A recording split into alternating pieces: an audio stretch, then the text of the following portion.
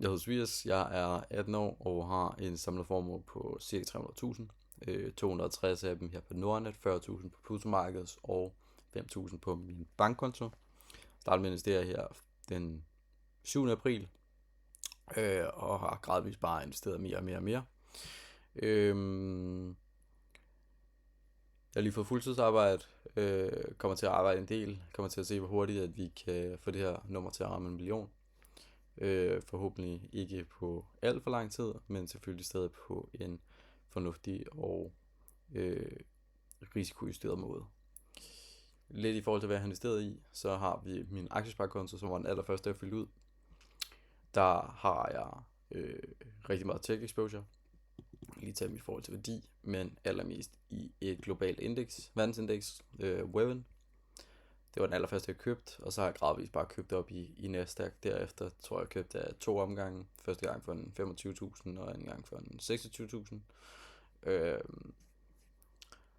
Som også har givet mig en udmærket gak. Så har jeg en ETF, der udelukkende består af europæiske aktier, som er tung i finans og i industri. Så vil jeg også gerne have lidt mere exposure mod semiconductor, og også i forhold til space-sektoren. Og så har jeg også taget lidt et gamble her på Stake Capital Group, som består af nogle ikke-børsnoterede aktier. Heriblandt SpaceX, som jeg investerede ind inden det var SpaceX, det blev børsnoteret, og nu ser det egentlig ikke særlig godt ud, men så er det jo. Så er mit aktiedepot, der er jeg tungest i Amazon. Jeg tror faktisk også, det var den første, jeg har opkøbt. Lidt ærgerligt, den har haft så meget tilbagegang. Eller så meget, siger jeg, den er nede med 1%. Hold op, det ser ikke kønt ud, det der. Men den har alligevel været op med en små 8% eller noget.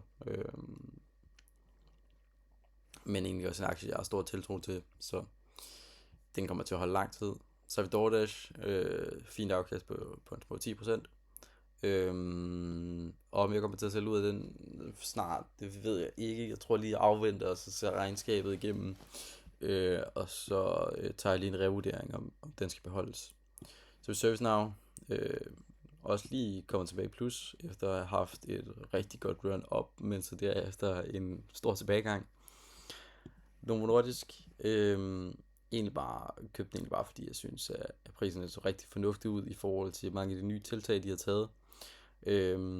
Og også i forhold til at prøve at udvide deres markedsandel over i USA ved at sænke prisen, som måske på den korte bane giver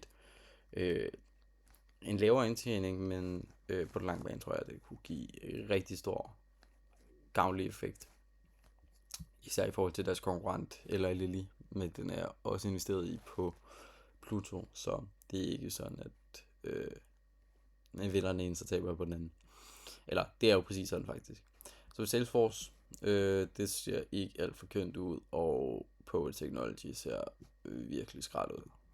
Den er faktisk næsten komisk, det er til at grine over. Altså, hvad er det her? Men som sagt, lige omkring 300.000, 260 af dem her på Nordnet, 40 på Pluto og 5 på bankkontoen. Og vi skal se, hvor hurtigt vi kan ramme 1 million. Formue, med eller hold da kæft. Så vi ligger egentlig 18, så må vi ligge lige omkring top 5% her. Vi skulle gerne op og ramme top 1%. Kommer ikke til at ramme top 1%, mens jeg er 18, men forhåbentlig når jeg er nået en 21 eller noget der omkring.